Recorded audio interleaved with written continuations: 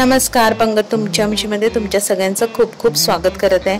आज मी तुम्हाला इथे बटाट्याची रस्सेदार भाजी कशी बनवायची ते दाखवणार आहे आणि बरोबर खाण्यासाठी मक्याच्या पिठाच्या पुऱ्या कशा बनवायच्या तेही तुम्हाला मी दाखवणार आहे। तर चला सुरुवात करूया। आता सर्वप्रथम भाजीसाठी इथे मी 6 बटाटे घेतले आहेत मोठ्या आकाराचे। त्याचे साले काढून आपल्याला मोठ्या फोडीत ठेवायचे आहेत। आता 2 टेबलस्पून तेलामध्ये मी 1 चमचा जिरं, थोडंसं हिंग आणि 2 कांदे बारीक चिरून चांगले कांदे गुलाबीसर होईपर्यंत आपल्याला परतायचे आहेत। आता कांदा थोडा लाल झाला की थोडीशी कोथिंबीर मी घातली आहे फोडणीला, ती पण चांगली परतून घ्यायची आहे। आता इथे कांदा थोडा नरम झाला की मी मिक्सरच्या भांड्यात 2 टोमॅटे, 2 हिरव्या मिरच्या आणि 4 ते 5 टीस्पून एवढे बेसन घेऊन आपल्याला ते बारीक फिरवून घ्यायचं आहे।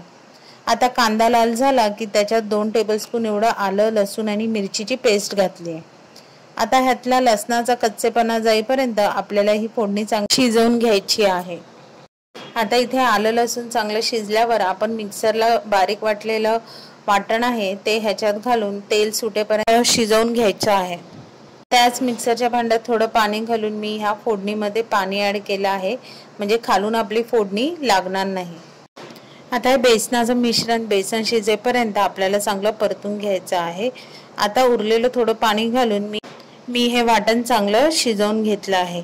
आता त्यावर झाकण ठेवून 4 ते 5 मिनिटांसाठी तेल सुटेपर्यंत आपल्याला हे वाटण चांगलं शिजवून घ्यायचं आहे।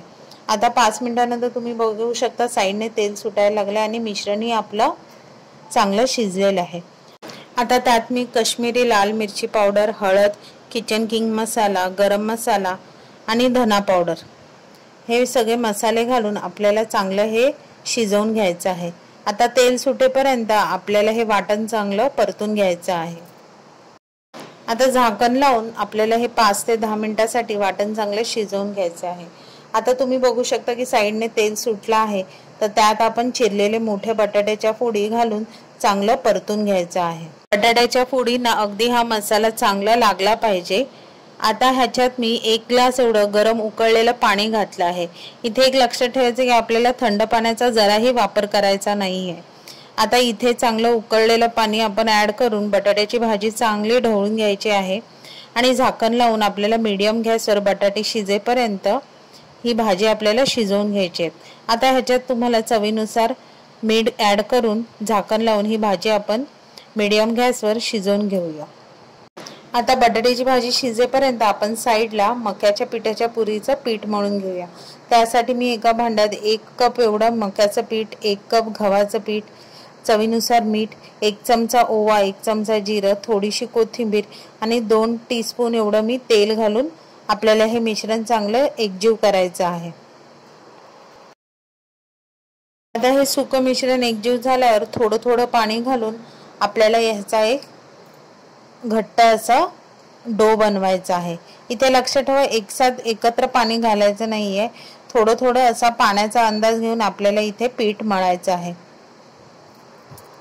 अगदी आपण चपातीला पीठ मळतो तशा प्रकारचं आपल्याला इथे पीठ मळून ठेवायचं आहे। आता पुन्हा 1 चमचा तेल घालून मी पीठ थोडंसं मळून घ्यायचं आहे आणि हे पीठ आपल्याला साईडला अर्धा तास रेस्ट करण्यासाठी ठेवायचं आहे। आता अर्ध्या तासाने ह्याचे मी 2 ते 3 असे मोठे मोठे उंडे करून घेतलेले आहेत आणि त्या उंड्याच्या आपल्याला पुऱ्या लाटायच्या आहेत। आता इथे पुरी लाटण्यासाठी मी मक्याच्याच पिठाचा वापर केला आहे। आता एका उंड्याचा चपातीपेक्षा मोठ्या आकाराची आपल्याला पोळी लाटून घ्यायची। आता ह्या लाटलेल्या चपातीला मी पाटीच्या साहाय्याने आपल्याला गोल गोल आकाराच्या पुऱ्या करून घ्यायच्या आहेत। आता इथे तुम्ही बघू शकता पुरीचा थिकनेस हा जास्त जाडही नाहीये आणि जास्त पातळही नाही, मीडियम थिकनेसच्या पुऱ्या आता इथे आपल्या सगळ्या तयार करून घ्यायच्या आहेत।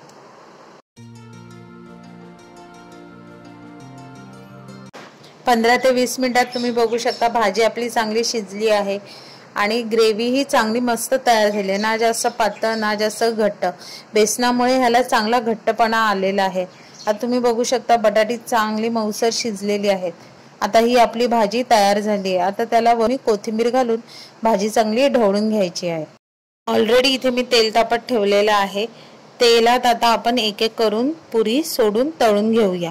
आता इथे तेलाचा गॅस मी मीडियम ठेवलेला आहे। तेल आपल्याला जास्त कडकडीतही नको आणि जास्त कोमटही नको। आता मीडियम गॅसवर आपल्याला एक एक पुऱ्या अशा तळून घ्यायच्या आहेत। तुम्ही बघू शकता इथे तेलात पुरी घातल्यावर कशी टम्म फुगून वर आलेली आहे।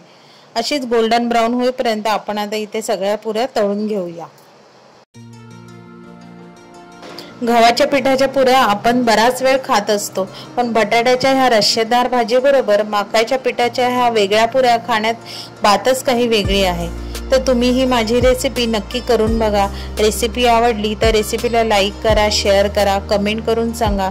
चॅनलवर नवीन असाल तर चॅनलला सबस्क्राईब करायला विसरू नका आणि नवीन व्हिडिओच्या नोटिफिकेशनसाठी बेल आयकॉनला प्रेस करायला विसरू नका। तोपर्यंत मस्त मस्त राहा।